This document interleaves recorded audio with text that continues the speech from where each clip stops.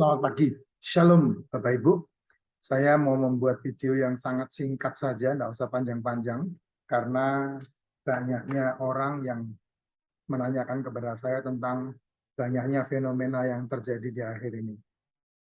Saya berbicara sebagai orang awam, saya tidak berbicara sebagai pendeta, saya berbicara sebagai jemaat biasa.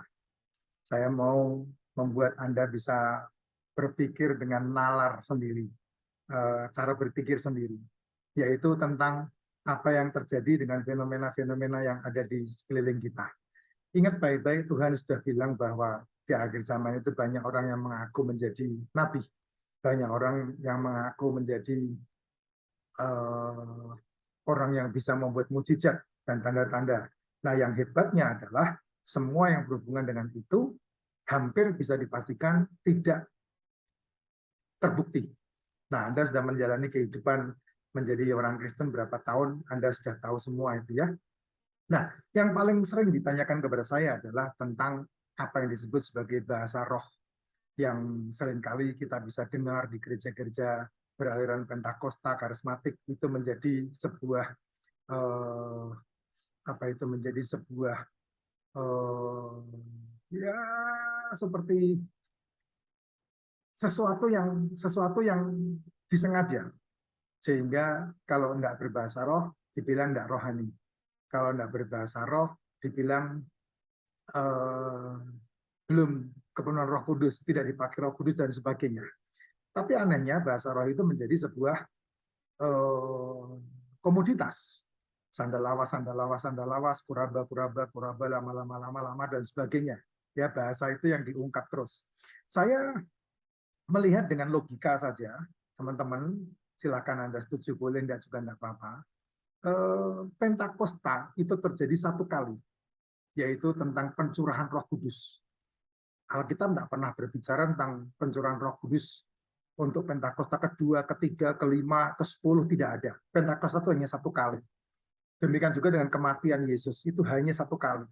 Sebelum Yesus ada, seluruh kehidupan para nabi dibawa, disedot kepada kematian Yesus. Setelah kematian Yesus sampai hari ini, semua pertobatan yang mengaku kepada Yesus adalah Tuhan ditarik kepada salib Kristus. Nah, ini yang terjadi, sehingga Anda dikuduskan dengan kematian Yesus yang cuma satu kali. Tidak pernah ada kematian Yesus yang kedua kali. Demikian juga dengan kepenuhan Roh Kudus, Pentakosta. Makanya hari itu ketika Pentakosta terjadi, murid-murid dipenuhi dengan Roh Kudus, dan yang luar biasa, Petrus berkhotbah, itu 3.000 orang bertobat. Dan ingat yang terjadi apa? Itulah Roh Kudus, yaitu setiap orang itu dipenuhi dengan Roh Kudus, dan mereka ini berbahasa dengan bahasa-bahasa yang mereka tidak mengerti, tetapi di wilayah itu, di saat itu kejadian, orang dari Partia, orang dari Galatia, orang dari Makedonia, orang dari semua daerah yang waktu itu kumpul, mereka bisa mendengarkan rasul-rasul itu menggunakan bahasa-bahasa mereka, dan mereka tanpa diterjemahkan, mereka paham. Nah, itulah yang disebut sebagai kepenuhan Roh Kudus. Tapi hari ini, orang yang dipenuhi Roh Kudus selalu diidentikan dengan bahasa roh. Bapak Ibu, jangan tertipu dengan semua khotbah yang menyeret Anda ke dalam sebuah pemahaman subjektivitas diri, karena tidak ada unsur-unsur objektivitas dari firman, sehingga Anda tidak disesatkan di sana. Kenapa saya katakan bahasa roh hari ini bisa dibilang tidak berguna?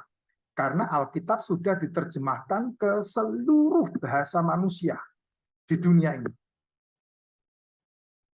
Di Indonesia saja, Alkitab sudah diterjemahkan dengan seluruh bahasa yang ada di Indonesia. Kalau Anda pergi ke Israel, di sana doa Bapa kami diterjemahkan dengan seluruh bahasa di dunia. Bahkan Indonesia, di sana ada bahasa Sunda, bahasa Batak, bahasa Irian, bahasa Padang, bahasa apalagi itu, bahasa Jawa, bahasa Sulawesi, itu semua diterjemahkan. Ada doa Bapa kami di sana, yaitu di gereja doa Bapa kami yang ada di Israel. Anda bisa tahu di situ. Itulah kekuatan dari Roh Kudus. Makanya kebenaran yang benar-benar Anda harus ikuti adalah semuanya adalah sola scriptura, yaitu apa? Kembali kepada Alkitab. Makanya baca Alkitab. Baca Alkitab, kembali kepada Alkitab. Jangan dengarkan orang berbicara, tapi dengarkanlah Alkitab berbicara. Khotbah itu subjektivitas. Salah satu video saya sudah ungkap. Ya, Alkitab itulah yang sesuatu yang harus subjektivitas, karena itu bicara masalah firman Tuhan.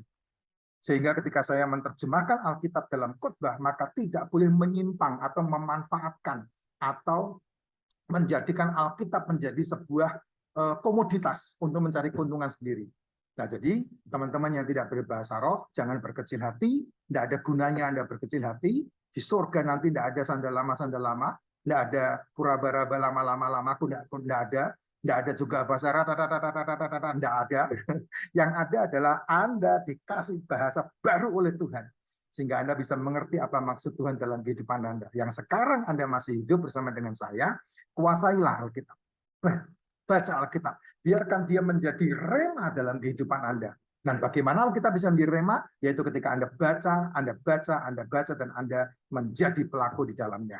Karena firman itulah yang hidup menjadi pedang bermata dua. Firman itulah yang dahsyat, yang bisa menciptakan, yang membuat tidak ada menjadi ada, dan membuat langkah hidup kita diterangi di jalan yang benar.